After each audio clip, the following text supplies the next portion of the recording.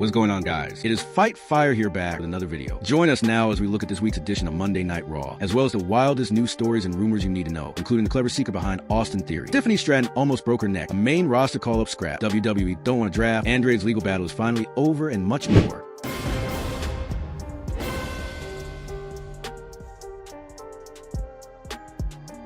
As always, we won't recap the show, but just provide you with the good, the bad, and the downright ugly. As always, we start off with the good as number one, Austin Theory show. Last night's Raw was mostly focused on Austin Theory, and many fans see this as a now or never moment for him. He received a big push in 2022, but after Triple H took over WWE Creative, his momentum dropped quickly. Now, Theory is back on Raw as the newest Paul Heyman guy, marking a fresh start. He appeared several times during the show and ended the night with a big main event win. Earlier rumors said he would only be there to take pinfalls, but that does not seem true. Instead, WWE looks ready to fully push Austin Theory again. Number two, the Raw Women's Division. The Raw Women's Division has been one of the strongest parts of the show in 2025. They have kept storylines going for months without them feeling boring, which is not easy to do. The feud between Rhea Ripley and Io Sky against the Kabuki Warriors is still holding fans' interest. On last night's show, Asuka picked up an important win over Ripley, adding more excitement to the rivalry. Right now, the women's tag team title scene in WWE feels hotter than ever, and the division deserves credit for its strong storytelling and matches. Number three, future is bright. Javon Evans appeared on main roster television once again last night, where he picked up a win over Rhea on Raw. His continued presence on major WWE shows shows just how highly the company views him. Evans is clearly seen as a future star. His regular appearances on both Raw and SmackDown suggest that an official full-time call-up to the main roster is likely coming sooner rather than later. Number four, the Usos coming for gold. It was confirmed on Raw that the Usos will challenge AJ Styles and Dragon Lee for the tag team titles next week. It's a big match, and with the final Raw 2025 approaching, there's a real chance of a major title change to end the year on a high note. Number five, Gunther's presentation. WWE has done a solid job presenting Gunther since he retired John Cena. He now feels like the top heel on the show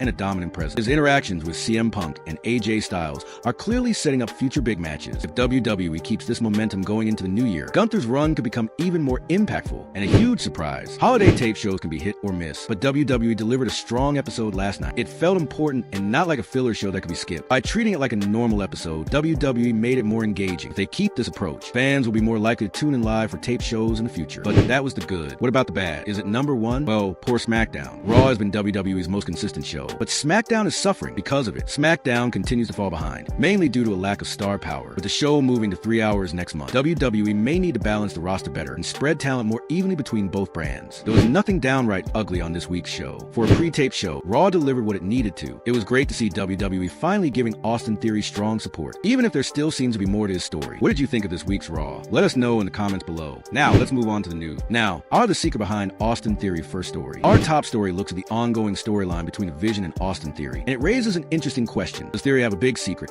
and could he be acting as a double agent? When Theory was revealed as a masked man on Raw last week, many fans assumed that meant he had officially joined the Vision. However, things may not be that straightforward. Raw opened last night with a backstage promo between Theory and Paul Heyman, and during that segment, Heyman appeared completely unaware of Theory's recent actions. Theory explained why he wore the mask, saying, "I want you to know why I was wearing the mask. I've made some bad decisions. I got comfortable. I got injured, but then I saw the Vision. You didn't wait for anybody. You took it, and that's me now. I take." This promo has sparked debate about whether Theory is truly aligned with the Vision, working on his own as a solo renegade, or secretly operating as a double agent within the group. There are several strong reasons why the double agent theory makes sense. First, Theory placed himself into the Vision storyline, yet none of the members knew he was a man under the mask. That suggests he had his own motive. Second, Theory could be working for Seth Rollins, which may be the strongest argument. Theory and Rollins share a long history dating back to 2020, and Theory continuing to use the curb stomp feels very intentional. Third, fans have been calling for a face turn before Theory's injury. He was getting great reactions, and even began playing to crowd, with commentary acknowledging the fan support. Because of that, it feels strange for him to suddenly return as a top heel. All of this makes the idea of Theory secretly working with Rollins very believable. While being part of the Vision is already a big opportunity, working alongside Seth Rollins, one of WWE's most successful and popular stars, could be the breakout moment Theory needs to reach true main event status. So what do you think? Is Austin Theory really a double agent, or is WWE about to surprise everyone? Next up, WWE turned down a draft. All year long, fans have been asking for a WWE draft, especially since the rosters are clearly unbalanced right now. Despite that, the year is coming to an end without a formal draft, and until now, there hasn't been a clear explanation. According According to a new report from WrestleVotes, ESPN wanted WWE to host a draft on their platform, but WWE did not feel that idea would work. ESPN reportedly pushed for the draft to take place on their platform, but the format did not make much sense as a PLE. The WWE draft has always worked best as part of Raw and SmackDown, not as a standalone event. Because of that, trying to fit it into ESPN's setup would have been difficult. WWE's weekly TV format does not really match what ESPN typically offers its audience, and it is hard to picture how a full WWE draft would even look in that setting. That said, while the draft may not have worked as a PLE, WWE still had other options. It could have created a Raw versus SmackDown special for ESPN and included draft picks throughout the show. This approach could have worked very well and would have been a nice callback to how WWE handled drafts during the Ruthless Aggression era. More than anything, this situation makes it clear that Triple H, who leads WWE Creative, is not a big supporter of the draft concept. He seems to prefer moving talent between shows without much explanation, rather than relying on a traditional draft format. Next up, WWE star returning with major plans. WWE is reportedly preparing for the return of Chad Gable, who has been out for several months after undergoing shoulder surgery. According to Self-Made Pro, Gable is expected to return very soon, and WWE already has big plans lined up for him, instead of bringing him back quietly. The plan appears to involve sending Gable to AAA to reclaim his El Grande Americano character and establish himself as a top heel there. This move makes sense based on recent events. At the end of the latest AAA show, Kaiser's version of El Grande Americano turned babyface, which is happening because Chad Gable is set to return and take over the role as the main heel in the promotion. Reports suggest his comeback is coming very soon, both as El Grande Americano and as Chad Gable himself, and WWE seems fully committed to this direction. Gable's return is also supported by early reports stating that he was seen at the WWE Performance Center in late November, training for his in-ring comeback. It looks like WWE is fully leaning into the double identity storyline, and if things continue this way, a mask versus mask match at WrestleMania could very well be in the plans. Next up, WWE High on Stars, Carmelo Hayes is finally starting to get the push that fans have been waiting for. According to WrestleVotes, he is very well liked backstage, and WWE management sees huge potential in him. There's a lot of excitement around Carmelo, with many people behind the scenes believing he has everything needed to become a major star. The feeling toward him is extremely positive, and there is strong confidence in his future. This also points to WWE possibly moving forward with a much-needed youth movement. As the company heads into the new year, names like Carmelo Hayes, Javon Evans, and Braun Breaker are all expected to take on bigger and more important roles. It appears WWE is ready to invest in its next generation of stars and give them real opportunities to shine. Next up, Kane talks Mick Foley. Mick Foley became a major topic in the wrestling world last week after the WWE legend confirmed he was officially cutting ties with WWE. Foley explained that his decision was based on WWE's working relationship with the White House and its direct ties to Donald Trump. His announcement quickly sparked discussion across the wrestling community. Now, Kane, who currently serves as a mayor in Knox County, has shared his thoughts on Foley's decision. During an interview with Newsmax, the WWE Hall of Famer spoke openly about the situation. Kane said that he understands where Mick Foley is coming from and mentioned that the two have had political discussions in the past that always remained respectful. He added that while he disagrees with Foley's stand, he fully supports Foley's right to express his opinion. Kane emphasized that being able to disagree respectfully is an important part of living in America, and he wishes that kind of approach was more common, not just in wrestling, but everywhere. There's been some speculation that other wrestlers could follow Foley and also cut ties with WWE. Nothing has been confirmed so far. WWE has continued its connection with the White House, recently highlighted by a video posted by the White House featuring Triple H giving advice on staying healthy during the holiday season. Next up, Andrade's legal battle is over. And finally, it looks like Andrade's legal situation has been resolved, and he is now free to sign with promotions outside of WWE. According to Fightful Select, Andrade's WWE contract officially expired on December 12th. With that deal now over, he is free to sign wherever he chooses. Fightful confirmed with sources close to the situation that Andrade is eligible to join AW, TNA, AAA, CMLL, or any other promotion he wants. His WWE deal officially came to an end around December 12th. When it comes to the legal side of things, it was revealed that Andrade was connected with an attorney who helped get his extended non-compete clause waived. Reports say that Rush introduced Andrade to an attorney and representative who has worked closely with WWE for years, and they were able to successfully remove the year-long non-compete. People familiar with the situation said they did not expect the clause to hold up and noted that everything was handled in a professional manner. WWE had not paid Andrade since his departure, and an agreement was reached that allowed him to sign elsewhere before WWE legal issues slowed things down. Andrade did briefly return to AW and began a storyline with Kenny Omega. It is still unclear whether that angle will continue. However, the report also mentions that Tony Khan remains positive about the possibility of bringing Andrade back into AW in the future. Next up, Tiffany Stratton almost broke her neck. Former women's champion Tiffany Stratton shared a TikTok video that drew a lot of attention. The clip showed rehearsal footage for a Money in the Bank win, where a major bump nearly caused a serious injury. Stratton said it was from the night before a big match, when she almost broke her neck. The footage is hard to watch, but thankfully a crash pad was there to break her fall, since no one was in position to catch her. And finally, a main roster call-up scrap. The final story of the day looks at a possible main roster call-up that now appears to be off the table. Ethan Page has made several appearances on SmackDown in 2025, and for a while, it seemed like he was heading toward an official debut on either Raw or SmackDown. However, that plan no longer seems to be moving forward. According to the latest Fightful Select Q&A, Page is expected to remain on NXT for now. The report notes that he is not being brought up full-time time yet, even though Chelsea Green has continued to push for him. Paige has been backstage at SmackDown multiple times and reportedly made strong impressions. Still, NXT and the CW network see value in keeping experienced veterans on that brand, especially wrestlers who are already comfortable on television. While Ethan Page is one of NXT's top stars, SmackDown is in need of fresh talent more than ever. With the show expanded to 3 hours and the roster staying mostly the same, the product has started to feel stale, without new faces being added. This approach risks hurting the show in the long run.